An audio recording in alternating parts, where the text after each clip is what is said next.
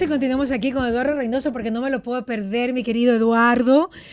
¿Cómo estás? ¿Qué es de tu vida? Muy bien, contento Okay. de estar aquí nuevamente en tu radio y sobre todo con esta decoración magnífica de Guayaquil. Ya se De siente la Gimsa, fiesta. claro, ya se siente la fiesta de Guayaquil, así que ya está Juan Pablo aquí presente y cómo no, nuestro exalcalde y nuestra actual alcaldesa presentes acá en la cabina de Radio Fuego, pues engalanando las fiestas guayaquileñas que se sienten tanto. Y no sé por qué las de julio se sienten más que las de octubre.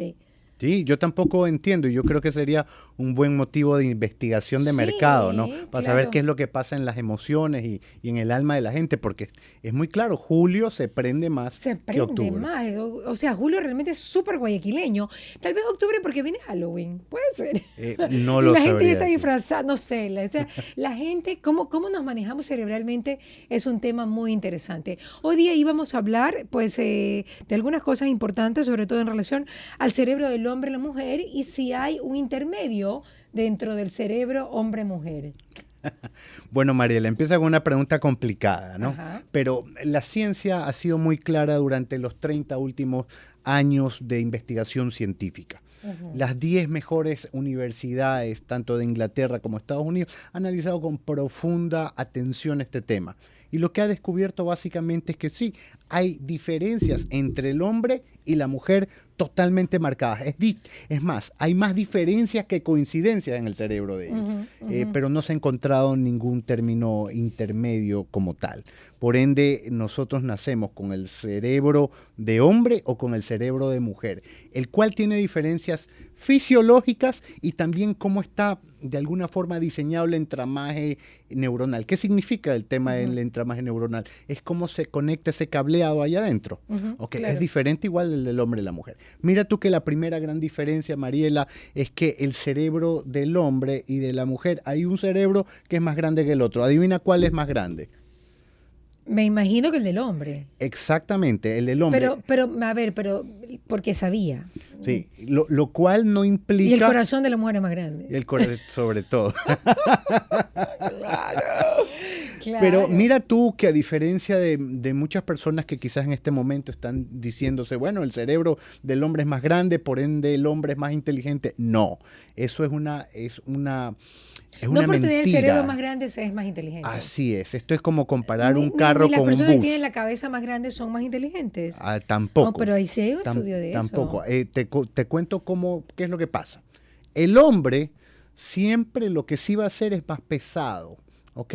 O más fuerte. Ujú. Por ende, su masa ósea, es decir, los huesos, tienen que ser más fortalecidos también, por ende, más gruesos. Eso implica que la base craneal que sostiene justamente el cerebro sea más grande, lo cual permite que ese cerebro crezca más, porque no tiene ningún tipo de prisión en ese caso. Entonces, por eso simplemente el cerebro del hombre es más grande que el de la mujer y de hecho es entre 8 a 13% más grande, tampoco es que lo es mucho más. Ujú. Lo interesante que sí marca la diferencia entre hombres y mujeres es algo que se llama el cuerpo calloso, Mariela, que es esa especie de camino que conecta el hemisferio izquierdo con el hemisferio derecho. ¿Qué implica eso? Que al igual que en una carretera, cuando tú tienes doble carril van a pasar más carros. Ujú. Cuando tienes el cuerpo calloso más grande, implica que van a pasar más neuronas. Y al pasar más neuronas quiere decir que estás mejor conectado. Y si estás mejor conectado, quiere decir que la mujer, en este caso, es mucho más capaz de hacer varias cosas a la Multitask, vez. claro. Multitasking. Ahí están las supermamás que mientras están cuidando 3 niños, están hablando por teléfono, por el otro lado están pensando en el marido y haciendo otras cosas con las manos. También las super ejecutivas, Claro, Mariela. exacto. Aquellas mujeres que mientras están vendiendo, están haciendo negocios, están visionando cuál es el futuro, pero también se acuerdan de su pasado. Eso es interesante. ¿Qué es lo que sirve en el hombre? La simplicidad. ¿Qué es lo que comunica en el hombre? ¿Qué es lo que llega? Las pocas palabras, pero impactantes. Las que detonen un call to action, una forma reptiliana de actuar que lo lleve a que esas hormonas se muevan. La mujer, en cambio, hay que darle más explicaciones, más palabras, más detalles, más características para llegar a conectar con la mujer y sobre todo tratar de tener un lenguaje más emocional con Ok, ellas. pero se dice que los hombres, por ejemplo, para el rojo es rojo y el verde es verde, y para la mujer el rojo puede ser rojo más claro, menos claro, puede ser cherry, puede ser magenta, puede ser color rojo Ferrari, puede ser color rojo vino, pues, ok, o sea, tenemos una gama de rojos amplísimas, pero hay hombres que también tienen una gama de rojos amplísimas. Por supuesto que sí. ¿Cómo tú identificas a esos hombres? A ver, Estoy hablando cerebralmente, no estoy hablando de orientación sexual, no estoy hablando de nada que pueda llevar a la polémica, sino a tratar de entender el cerebro hombre y mujer. sí, indudablemente. Hombres que les gusta la moda, hombres que les gusta lo que le gusta a la mujer y viceversa, mujeres que les gusta lo que les gusta a los hombres. ¿Qué cerebro tienen? Ya, tienen el cerebro de su naturaleza, lo cual no implica que de alguna forma puedan tener ciertos rasgos que al parecer podrían ser femeninos. ¿Y cuál es la explicación de esto? Es que lo hemos conversado antes. El cerebro es uno de los condicionadores de la conducta humana, pero no es el único. También es la cultura, también es la percepción de lo que yo vivo en mi familia. Entonces, si yo he recibido un ejemplo de una conducta, quizás de mi madre, yo pueda adquirir esa conducta, pero no es porque mi cerebro sea de mujer. Es porque parte de mi conducta siempre va a estar condicionada básicamente a lo que yo veo o experimento en el día a día también. Puede pasar, Mariela, que muchos empleados, por ejemplo, mimetizan ciertos gestos, ciertos hábitos que tienen sus jefes. ¿Por qué? Porque pasan todos los días con ellos. Por ende, empiezas Julito, a tener con razón cierta... te está pareciendo a mí. Y eso tiene que ser bueno, me imagino, ¿no? ¿Ah? Sí, creo. Pero Pacho ya es el colmo. Bueno, pero entonces, perdóname por interrumpirte. ¿En qué íbamos? ¿Ya? No, íbamos en el sentido de que una persona puede mimetizar o de alguna forma copiar de manera inconsciente ciertas cosas que va viendo, escuchando y sintiendo en el día a día. Por ende, cuando tú te enfrentes ante alguien que es muy detallista y que tiene muchas de estas cosas, no quiere decir que tiene un cerebro de mujer siendo hombre. Lo que tiene quizás es una imagen femenina cercana que de alguna manera ha influenciado en su conducta humana. Ajá. Eso hay que tenerlo bastante claro. Pero no siempre hay esa influencia, ojo, porque hay hombres que tienen obviamente hermanas, mamás y tal, y no les influencia en nada y son toscos, rudos y realmente, mira, con la justa se lavan los dientes. Por supuesto, por supuesto. Es que el hombre realmente tiene bastantes diferencias. Por ejemplo, en el caso específico, recordemos que el hombre, su primer rol en el mundo fue el de cazador. O sea, ese cazador tenía que hacer solo una cosa, es salir, traer la comida y regresar vivo, Mariela. ¿Cuáles eran, por ejemplo, las preocupaciones de la mujer? Mientras ese bendito cazador no llegaba, tenía que ver las maneras de comer. Por ende, primera cosa en la que se deriva todo esto, que las mujeres tienen mayor propensión a ser más cercanas a las frutas y verduras, porque ese era los productos que tenían que consumir hasta que venga la carne. Carnívoros. Los hombres nos encantan las parrilladas. Es verdad. Increíble. Cualquier ¿no? hombre, pregúntele cuál es tu día ideal, el día en que haga una parrillada. Exacto. ¿Sí? Segunda cosa, las mujeres tienen una sensibilidad más, de alguna forma, más marcada en el tema de saber cómo va a estar el clima. Y esto nos pasa a nosotros los hombres, y te digo experiencias personales. Vivimos en Guayaquil y a veces mi esposa me dice, llévale la chompa al bebé. Y le digo, pero ¿cómo le voy a llevar una chompa al bebé si estamos en Guayaquil, Ecuador? Es ilógico, pero oh sorpresa, ese día en el que no llevé la chompa, ocurrió algo. Cambió el clima, se volvió un poco frío y el niño se constipó. ¿Por qué ocurre eso? Porque la mujer tiene la sensibilidad de saber a futuro cuáles son los cambios que pueden existir en el clima y tiene esas preocupaciones que el hombre, por ser simplista, no las va a tener jamás. También entendemos de que una mujer habla más porque fue el primer ser sociable. Acuérdate que este cazador, este cavernícola, cuando salía Mariela, antes de meter el tema de la inteligencia, iba solo, no tenía con quién hablar, no tenía que hacer más nada que comer. Por eso es que nos encanta comer. ¿Okay? Entonces, hasta que el hombre, hasta que este cazador ya empezó a hacer estrategias e invitar a otros cazadores porque se dieron cuenta que unidos podían de alguna forma hacer que esta caza sea mucho más efectiva, las mujeres ya tenían años hablando entre ellas, comunicándose, socializando, cuidando a los niños. La mujer no nació siendo ama de casa, la mujer nació siendo un ser viviente mucho más completo. Definirla como ama de casa sería de alguna forma ver solo un aspecto positivo de ella. Pues tiene mucho más. Como decimos ahora. Exactamente. Claro. Entonces, no es un tema de que hoy en el feminismo las mujeres realmente están viendo que pueden hacer otras cosas que no sea ama de casa, lo cual no tiene nada de malo, sino que en realidad lo que hoy estamos viendo es una realidad totalmente evidente. La mujer es más sociable, la mujer sabe controlar mejor a las manadas, las mujeres tienen esa paciencia porque tenían que esperar también ciertos momentos en que ocurren las cosas, por ejemplo en la venida nuevamente del cazador, las mujeres se comunican mejor, tienen algo que no tiene el hombre que se llama prosodia, que es el tema de poder entonar sus palabras de maneras distintas, haciendo que las conversaciones no sean monótonas. El hombre es seco en su tono, no lo fluctúa. Por ende, a veces, inclusive en discusiones de pareja, ocurre que la mujer llama al esposo con entonaciones muy lindas, muy románticas, muy tiernas, hermosas, y la respuesta seca que ocurre de parte del hombre es, ¿qué? Dime. Y ellas ya piensan inmediatamente que les está pasando algo. Exacto. Y en la medida en que preguntan 2 o 3 veces ¿qué te pasa? ¿Qué te pasa? A la tercera o cuarta ya el hombre responde bravo. Y termina habiendo esta interacción nociva en la comunicación, pero no es porque básicamente nosotros no entendamos lo que está pasando con el otro. Es simplemente tenemos que pensar una cosa, somos diferentes y la diferencia no nos hace malos, no hace que la mujer sea vista por el hombre como un bicho raro o a las mujeres vean a los hombres como unas bestias. Es simplemente el hecho de que la naturaleza nos creó justamente para ser complementarios, porque las Pero cosas... ¿cuándo sabemos que realmente es porque son hombres o porque están bravos?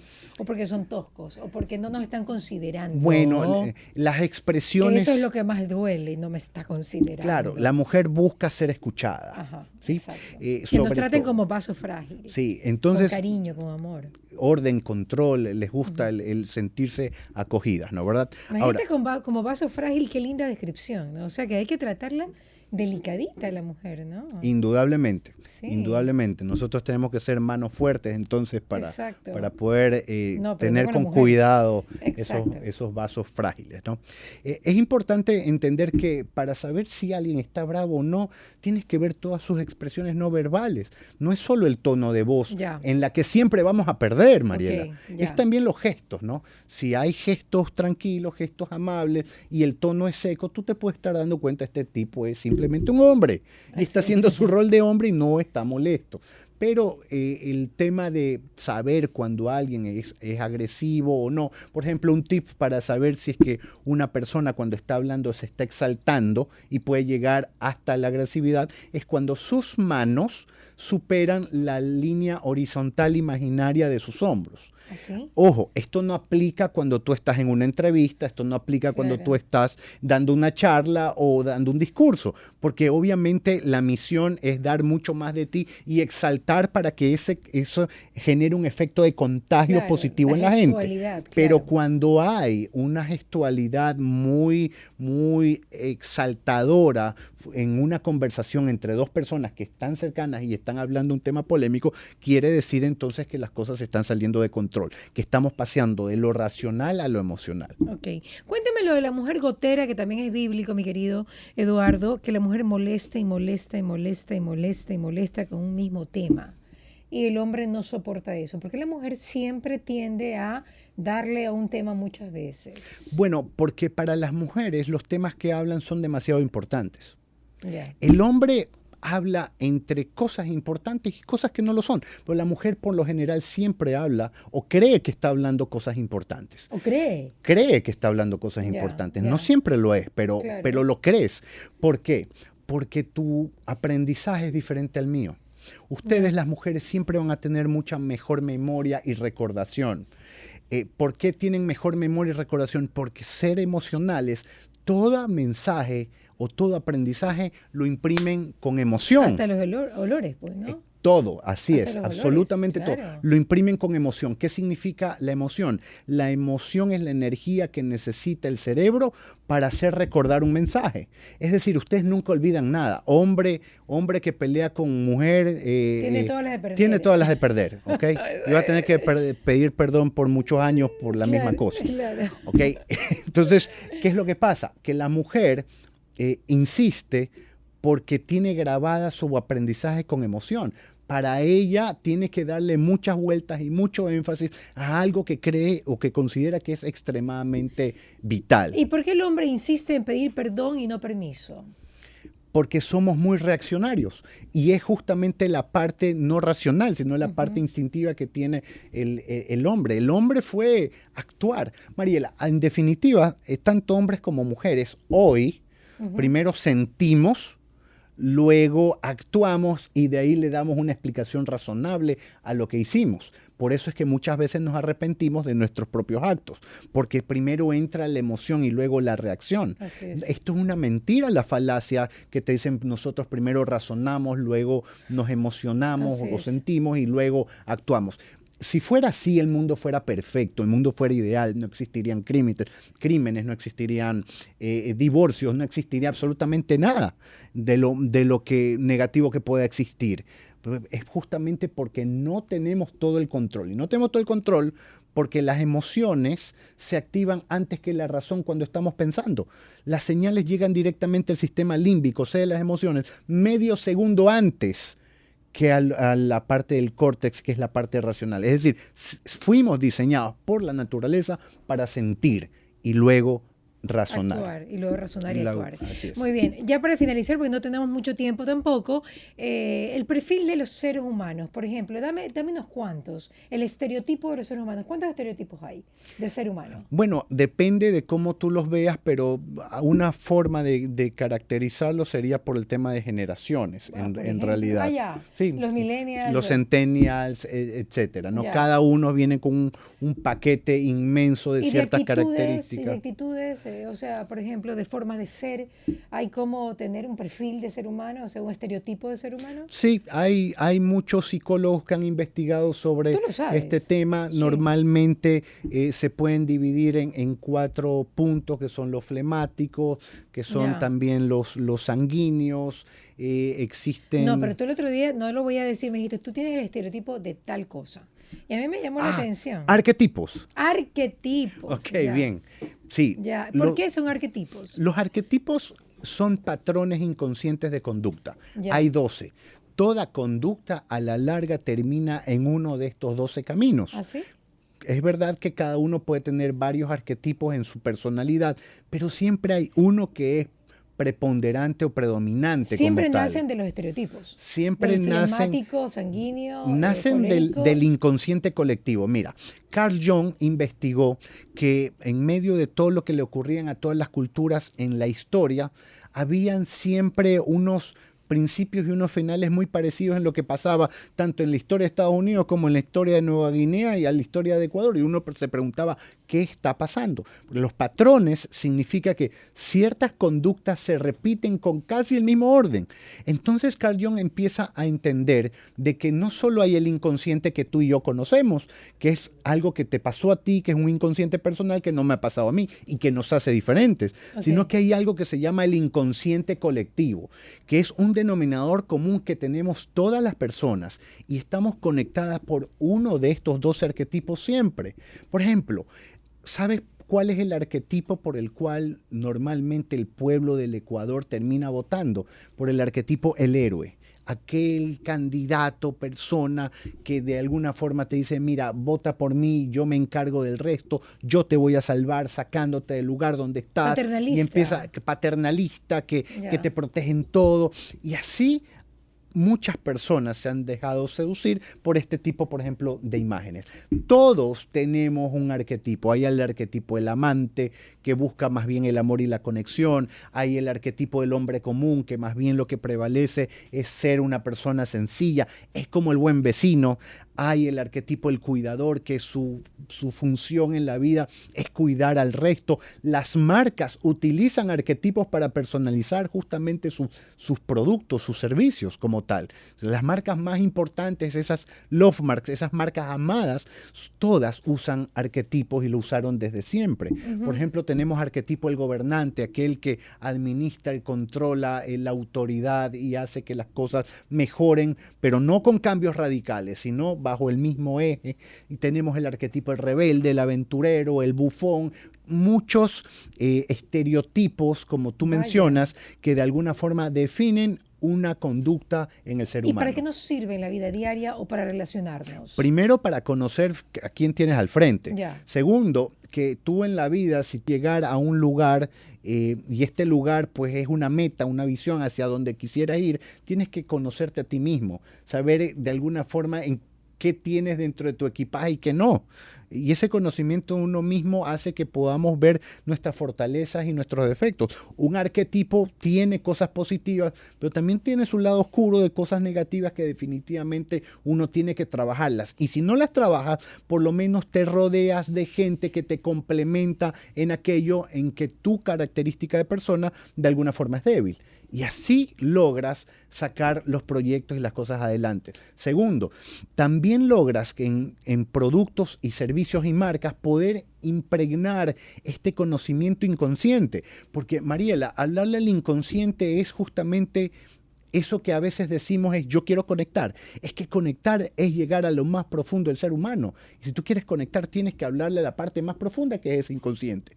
Entonces, el entender cómo puedo accesar para hablar a la parte más profunda de nuestros oyentes es algo pues increíble. Entender qué es lo que quieren escuchar, saber qué es lo que quieren sentir, poder discernir qué es lo que mejor les va a hacer bien. Esas son cosas muy poderosas. Muy bien, muchísimas gracias. Yo creo que, bueno, continuará, porque luego de esto podemos hablar lo que la gente está esperando y que me han escrito sobre el tema de la venta, ¿no? En relación al neuromarketing. Los sesgos cognitivos. Los sesgos cognitivos, exactamente. Eso lo tocaremos en otra ocasión. Eduardo, continuará. Yo creo que es muy importante. Y si podemos hacer también, transcribirlo también para la revista en tema de los arquetipos, que es muy importante. Con todo gusto. Claro, entendiendo para qué puede servir el hecho de que tú identifiques en ti y en el resto el arquetipo pues del que es dueño, ¿no? Eduardo Reynoso, muchísimas gracias, 1:36. Me voy a despedir y pues Dios mediante nos vemos y oímos muy pronto. Un besito, gracias Eduardo. Bye, chao, chao. Gracias. Si te gustó este video, no olvides darle like, suscribirte y activar la campanita para seguir haciendo contacto contigo.